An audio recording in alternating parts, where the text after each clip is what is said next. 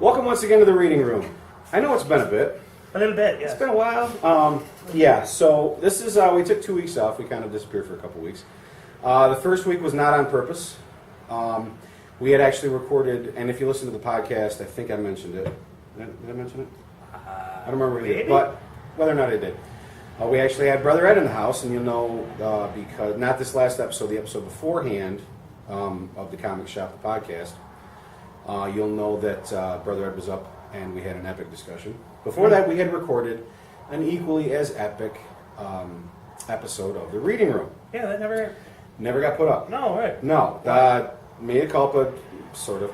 Do we have it though? Yes, I still have the raw. Still have the raw. The problem is my video editing software decided to crash right when I had about 85% done with the edit for that one, and that was a tough edit because it was like legitimately a half hour long, and there was a lot of stuff I needed to do in there. A lot of overlays, a lot of stuff got talked about in order to do due diligence to the stuff that was brought up. You set it aside for now. I had set it aside for now, and at the time after that software crashed, I realized that I was simply not going to have the time to devote to re-editing the piece. So, but I still have the raw, and hopefully I'll be able to work on it here and there. And when it comes up, when I know that we're not going to be able to post a new episode of the reading room, hopefully I'll be able to get that in there, just put that in the memory banks, and then bring that back up and say, here, this is the lost episode. With Brother Ed. That's too bad because that was such good stuff. Dark Knight 3. Yeah. I'm saying. It was such good stuff. It was some very, very good stuff. I did not have anything, but the episode still went a half hour because... well, Ed, yeah, I had stuff. Being wordy runs in our family. And then last week we took the week off on purpose because there was a lot going on. That was the week that of the Jim Are Here episode, the last episode of the podcast, which we'll be recording... the next episode right after this. But anyway, so there you go. That's by way of explanation why we took the time off. acpodcast1@gmail.com, facebook.com/thecomicshop1, like, subscribe, all of that good stuff. We are going to roll right into the things that we have to talk about. Go. Okay, I'm going to go. These guys are here for ambiance. This is to commemorate the D23 has been going on, and this guy right here, a gift from Brother Ed, ties into this guy right here that I'm going to talk about this week, a gift from Brother Ed. Quick note, Secret Weapons is still going to be the house book. Unfortunately. The physical, I decided because it's going to be the house book. No, that's not unfortunate. Unfortunately. Oh, yeah, that's not, yes, exactly. Thank you. Because you'll be like, apparently, dissension among the ranks up in this piece. Since it's going to be the house book, I want to do it physical. I didn't want to talk about a digital copy. I had a special order. The order got delayed. But just the same thing with, was it the relaunch of Exo Man of War? Yeah, We kept going on about that for weeks. Well, we talked about it for 3 weeks. Must be a valiant thing. I don't know. But we will be making Secret Weapons the house book. That will start next week. As long as we get the As long as we get the... cross your fingers and dot your I's and wiggle your ears. I'm actually going to have the book in my hot little hands by the time we record the next episode of the reading. And I have that time to read it. What's that? And I have that time to read it. You have to have a little bit of time to read it, that's true. All right, but we're going to go and talk about a few things very quickly. In lieu of not being able to talk about Secret Weapons, I decided to talk about this book here. Now, this book here is, it's Daredevil, the Marvel Knights from back in the 90s. I make no mistake that I'm a Kevin Smith fanboy. This is the run that was written by Kevin Smith, pencils by Joe Quesada, and inks by Jimmy Palmiotti. This was a gift from my brother. Now, what's on the cover there? We'll get to that. So, if you listen to last week's, not last week's podcast, but the one before that, where Brother Ed was on the podcast, we talked about my brother's proficiency in gift giving. Right. And I don't remember if this was for Christmas or a birthday or what have you. But he decided that since Daredevil, this is within the past few years, so as Daredevil is becoming prominent on Netflix and in the MCU, he was going to give me a copy of #1 of Daredevil, Man Without Fear, from Kevin Smith's Marvel Knights run. And I don't know if you can see it, but I will post a high-res pic as an overlay. It's hard to see. Signed by Jimmy Palmiotti. Yeah. Now, this is the only signed book that I have in my collection. And I wanted to I bring have a it up. couple, but they're not as good as that one. I wanted to bring this up specifically because, and over here we have the certificate of authenticity. I'm not going to put an overlay of that up. None of which I have for those. I wanted to bring this up something because sometimes it's not. It's the story, it's the art, it's the legacy of a whole character. package. But in sometimes it's like the fact that this is signed. There's always three, not always, depending on who fills certain roles in a book, but there's usually three. You got the writer, you've got the penciler, and you've got the inker. The fact that this is signed by the inker is,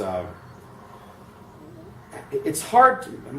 My brother says I never give my brother a gift for any Christmas or birthday that is anywhere near as good as the stuff he gives me. The guy's got it. It's like an art form. His ability to give gifts to a fellow enthusiast of the genre. He knows you're a nerd and you don't have an He extensive collection. He knows. But He you know knows. he's a nerd and he has extensive yes, collection. and he also So I know that he knows what it is that will kind of tweak my my buttons when he shows it to me. That's pretty stuff. This is like I What year said. was that? This was it was in the mid 98, 98, late 90s. The Marvel Knights launch. Kevin Smith wrote it, so it is extremely wordy. Oh yeah. Lots of balloons, lots of Batman style inner monologue That's going good, on though. here because I mean Kevin Smith's a Batman fan more than he is anything else, I think.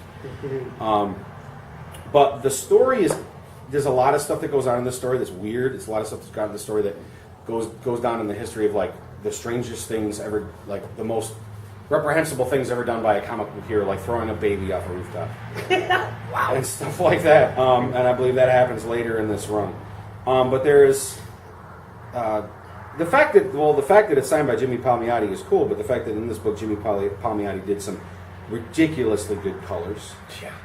And some remarkable like putting the EKG like overlaid Yeah, it's awesome. when Matt Murdock is hearing the heartbeats of the people that he is trying to pay a ridiculous amount of attention to.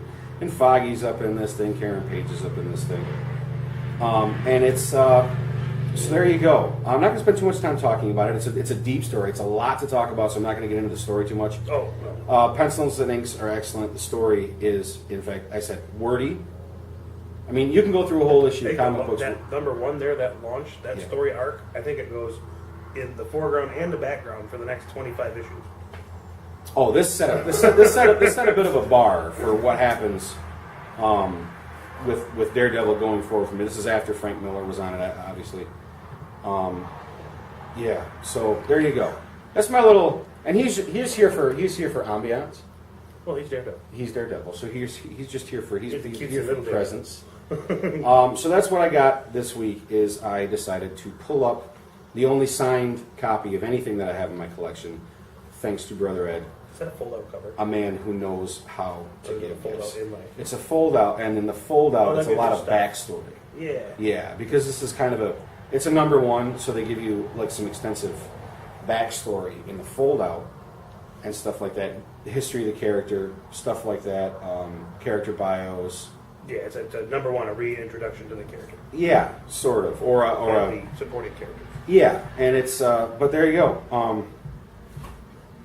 Presented without further comment, Pretty cool the stuff. signed copy, thanks to Brother Ed of Daredevil, Man Without Fear from Marvel Knights, signed by Jimmy Palmiotti, and that's what I brought to talk about this week. Scott, what is up?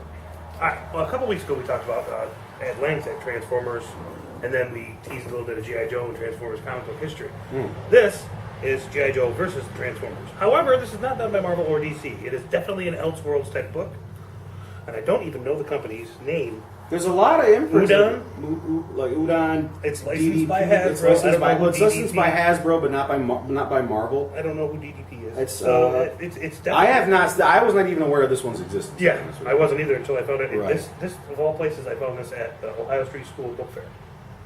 That's ridiculous. It's ridiculous. That's flat ridiculous. Yeah, the artwork is amazing. I love this and the other insignia are going to go on overlays. Oh, they do another one with the Joes. Yeah, and the Megatron. And Megatron's it's beaten up head. some lovely A artwork. lot of stories involving Megatron's just his head. Well, they had an Optimus Prime story, and Yeah. coming off of Gen 1 was just. And this is a brand new take on the rise and fall of Serpentor, It was a not organic, but a biomachine. Okay. Serpent OR. Serpent OR. That's kind of cornball. Yeah, and it's like the freaking art is just the storyline's great. Like the Joes had just helped the Autobots with these little mech suits that they have. Mm-hmm. They had helped the Autobots win against the Decepticons on Cybertron, and now this is their hurrah. And then Cobra attacks. It's great stuff. I'm not going to do the whole story play by play, but look at there's Scarlet in that thing. That's Scarlet? Yeah. In that mech? Yeah. That's, Snake Eyes is in that one. that is cool. And that's Roadblock. That is cool. That is cool. It Yeah. does have kind of a, it almost does have kind of an anime style Yeah. when the mechs are being drawn. Yeah. That's Yeah. Forming what? Cobra-Tron. Cobra-Tron, Oh my yes. God. That's all Really? their bats and everything getting together and making a Battle robot. Android Troopers, yeah. Oh, there's Grimlock. There's Grimlock, because why not? RC. There's This RC. dates it a little bit, yeah. Was that There's Springer? That's Perceptor behind her. That's Spring. I think that's Springer, yeah. It could be. Anyway, it's neat. It's really good art. Totally geeking out on my Transformers. Yeah. Right now. I mean, they show what Bumblebee. Yeah. And actually, they well, I don't know if it's going to be spoilers or anything, but they kill Bumblebee in this. Like I said, it's definitely Elseworlds. And this is Serpentor coming alive and basically going to kill everybody in the room. Yeah. This is cool. There's a lot of really nice panels in this book. Oh, yeah. You're going to see some of them. Yeah. It's really... Who was that? Where? Alpha Trion. Yeah, it's Alpha Trion, yeah. Ah, is Unicron in the background? Yep. The Quintessons? Yes. Oh, man. Optimus Primal. Optimus Primal. Yeah. Matrix of Leadership. And there's that cool Cobra signal. Yes. And this is Serpentor in his armor. Yeah. See the little tentacles and things. This is nuts. This is banana time. Look at this. He's calling the head father. Calling Megatron. Said, Yeah, because Serpentor calls Megatron. they reverse engineered from the Decepticon progenitor to make him. That's lovely. Oh yeah, You will be leaving this with me. Okay. I will be reading this. it gets like it's heavy. It's wording. Like there's Harad. Yeah. I mean, Grimlock and all kinds of stuff. This is lovely. Yeah. Where we go? There's this another huge. There's Yeah. jumping down on that. Well, yeah. Why not? I guess. Well, the tentacles he shoots and stuff.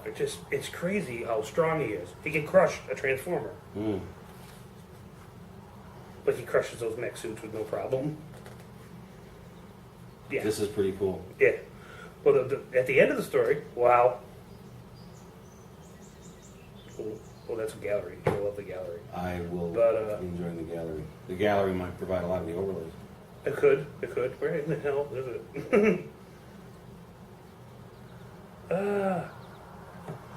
So, no, a couple pages back. Serpentor upgraded to a big transformer body, by the way.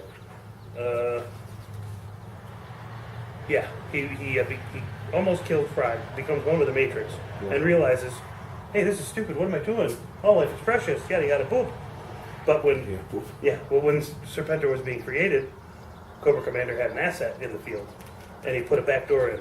So Cobra Commander takes over Serpentor's body. Oh. And that bypasses any kind of effect that bonding with the Matrix would have on him. Well, temporarily, yeah.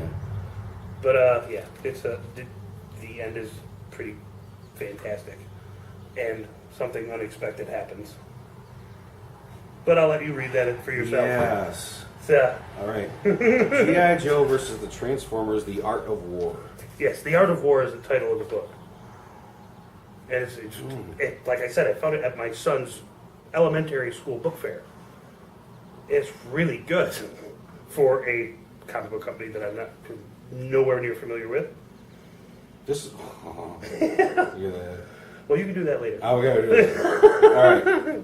This is excellent. This is very good. This is excellent to jump back into. Jim might need to check. Jim it out. might want to take a look at this. Holy Toledo!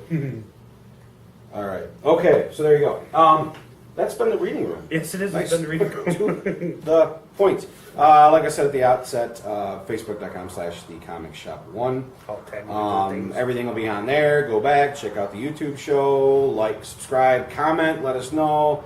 that we say every week about things you'd like us to talk about, things that you have opinions you have about the stuff we talked about, this, that, and other. Questions, comments, concerns, give them to us. There you go. That being said, over here is Scott. Yes, I am. My name is Eric, and this has been the Reading Room episode 9, I think. I don't know. I think it's 9, maybe. It could be. All right, take care. We'll see you next week.